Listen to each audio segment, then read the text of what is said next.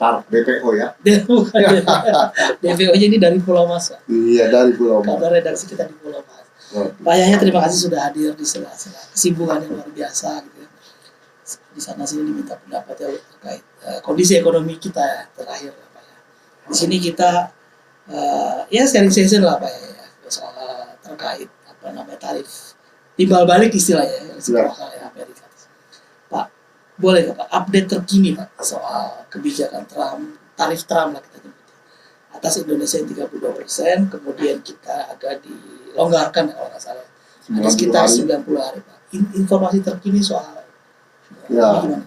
Tidak banyak ya. Informasi terkini adalah persiapan daripada pemerintah untuk mengirimkan delegasi untuk melakukan negosiasi.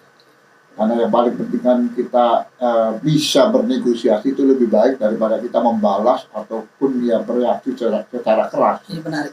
Ya, karena katanya kita kan dikenal bahwa Indonesia itu bangsa yang bermartabat dan bersahabat. Ya. Apa yang kita ngajak berantem? Jadi ya, kita diskusi lah ya, duduk satu meja, bonding, ya, cari jalan keluar. Ya seperti inilah ya, jadi seolah-olah Indonesia dengan Amerika podcast. Ini benar. Berarti artinya pengiriman delegasi yang dipimpin Pak Menlu Erlangga sekarang hari ini sih berangkat ya. Pak Menlu Sugiono, ada Bu Marielka, kemudian Pak Wamiliki kalau salah ya. Artinya langkah ini diapresiasi teman-teman pengusaha Pak. Ya melihatnya seperti apa? Sangat diapresiasi, khususnya kami dari Apindo juga sangat mengapresiasi langkah-langkah tersebut karena sejak awal kita sudah mengikuti perkembangan seperti apa. Dan Apindo itu kan juga ikut diundang dalam pembahasan, merumuskan masukan-masukan kepada Dewan Ekonomi Nasional yang kemudian dibawa kepada Bapak Presiden. Ya. Jadi pengusaha-pengusaha di lingkungan Apindo maupun di lingkungan kami COBC Forum Indonesia juga sebenarnya dibilang prihatin ya tidak juga, karena kita rata-rata cukup siap, hanya kaget.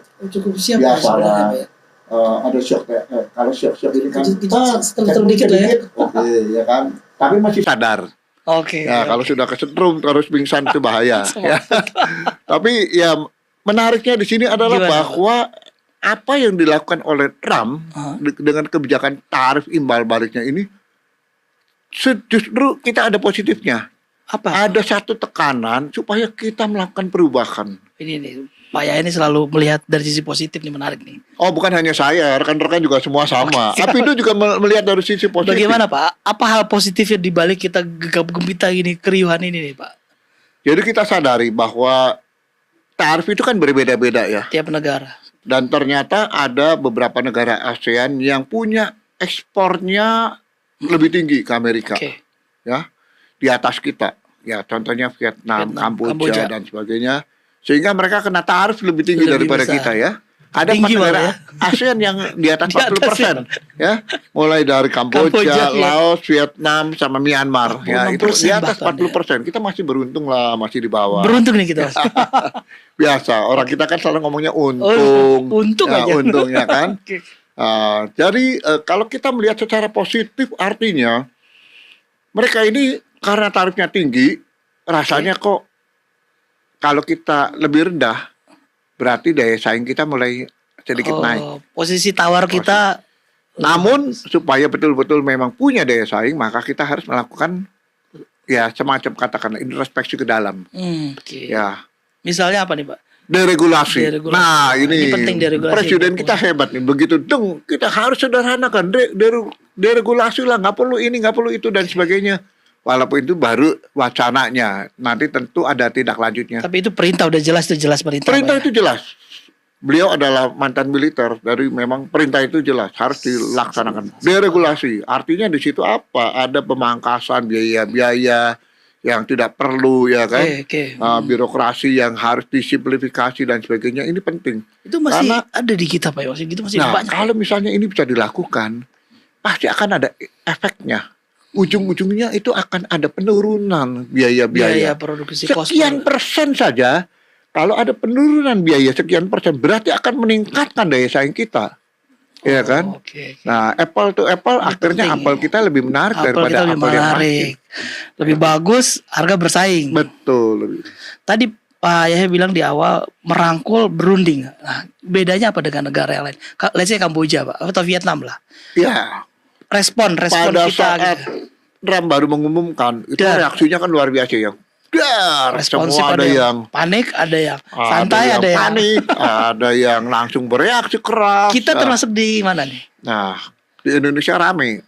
Karena kita ini negara sosmednya yang paling rame. Netizen yang maha benar. Sehingga semua kacau ya. Ada yang langsung tiba-tiba menjadi ekonom. Tiba-tiba ini pengamat ekonomi. Ini menarik. Banyak kan? Jadi ahli ekonomi. Ada yang pengamat ekonomi pun juga udah nggak bisa berpikir. Karena apa? Teori ekonominya nggak bisa dipakai lagi. Itu sering Ibu Menkyu bilang gitu. Nah, Bu Menkyu juga bilang gitu. Mau pakai teori ekonomi makro yang mana? Nggak ketemu sama sekali. Betul. Kalau rekan saya di Apindo, Ibu Anda bilang ini harus pakai teori Newton. Wah, ini saya betul-betul kaget juga. Nggak bisa menggunakan ketentuan WTO saja juga ditabrak oleh merusak Trump, tatanan global ibaratnya. Tatanan berubah. Makanya saya mengatakan bahwa apa yang diambil oleh Trump ini kebijakannya itu menimbulkan disrupsi kebijakan, policy disruption seluruh dunia. Ya. Tidak terkecuali negara-negara di Eropa juga kena imbasnya. Yang paling dekat saja Amerika Serikat itu ada Kanada. Bawahnya Meksiko kena juga 25%. Kanada lebih paling marah kayaknya. Nah, sehingga reaksinya dari negara Kanada gak cukup kuat. Padahal Amerika juga bergantung energi dari Kanada. Ya, salah satunya dari provinsi Alberta. Nah, itu satu poin yang harus kita lihat. Berbagai reaksi yang ada, tapi Indonesia memilih dan sudah bagus langkahnya. Tenang dulu. Jadi respon kita cukup bagus nih Pak. Ya. Vietnam merespon cepat. Wah, terus bereaksi semua. Ada yang mengatakan kita harus cepat bereaksi. Ini seperti Vietnam bla bla bla bla. Oke. Tapi mungkin beberapa kalangan juga mengatakan kita harus tenang dulu. Nah, emang benar juga ya orang Jawa. Waton asal kelakon. Gitu. Ya, berpikir dahulu ya sebelum bertindak. Gerabak-gerubuk. Ya. Jangan gerasa gerusuk gitu. Nggak perlu lah pakai istilah gercep. Oke. Vietnam merangkul, setuju, ya kan? Tapi setelah saya pikir-pikir, merangkul tuh dua macam loh Mas. Gimana? Ayo. Apa nih definisi kalau merangkulnya kalem, itu kan seperti merangkul sayang. Tapi kalau merangkulnya kenceng-kenceng, wah sesak napas dong. Sesak napas Anda. Ini lama-lama dibanting smackdown itu. Oh, Vietnam kayaknya yang kedua dia jangan bisa potensi yang kedua. Kita nggak tahu ya. Kita nggak tahu. Okay. Bagaimana ini apakah akhirnya rangkulan yang smackdown kenceng kemudian dilonggarkan? Yeah. Tapi langkah kita sudah paling tepat. Langkah kita mari duduk ya. Untuk kita bernegosiasi. Ya, memang tarif ini akibat sebagai output daripada perdagangan ya, neraca perdagangan yang Amerika dengan Indonesia defisit sekian, ya kan? Impor kita kecil, ekspor kita lebih besar. Semakin besar ekspornya, nanti kita kena tarifnya lebih tinggi lagi. Okay. Ya, ngimbanginnya ya itulah bargaining positionnya ya kan. Ya udah kalau gitu saya mau impor apa dari Amerika deh, ya kan? Ya, silakan, kita beli. Gitu. Sudah disampaikan kan oleh Presiden melalui Pak Erlangga dan Presiden menyepakati langkah-langkah seperti ini. Itu satu hal yang baik sekali. Artinya ini langkah ini sudah cukup on track lah Pak ya. Istilahnya apa ya? Jadi kita nggak bisa egois. Cuman maunya kita barangnya kita dibeli terus, tapi kita nggak mau beli, ya kan?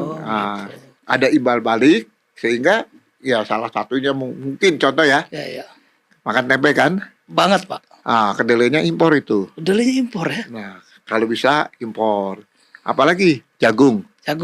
Apalagi gandum impor juga semuanya. Ya, apalagi mungkin salah satu yang penting ini hampir nggak pernah kita nggak sadar apa nih Pak? Senjata lah. Wah senjata. Ya kan?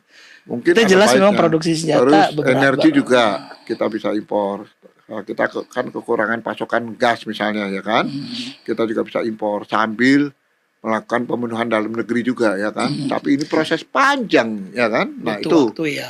Impor tapi ini itu ada ya. Ya, dan impor inilah yang dalam masa kelonggaran 90 hari ini yang akan dinegosiasikan. Semoga melunakkan hati Paman Donald.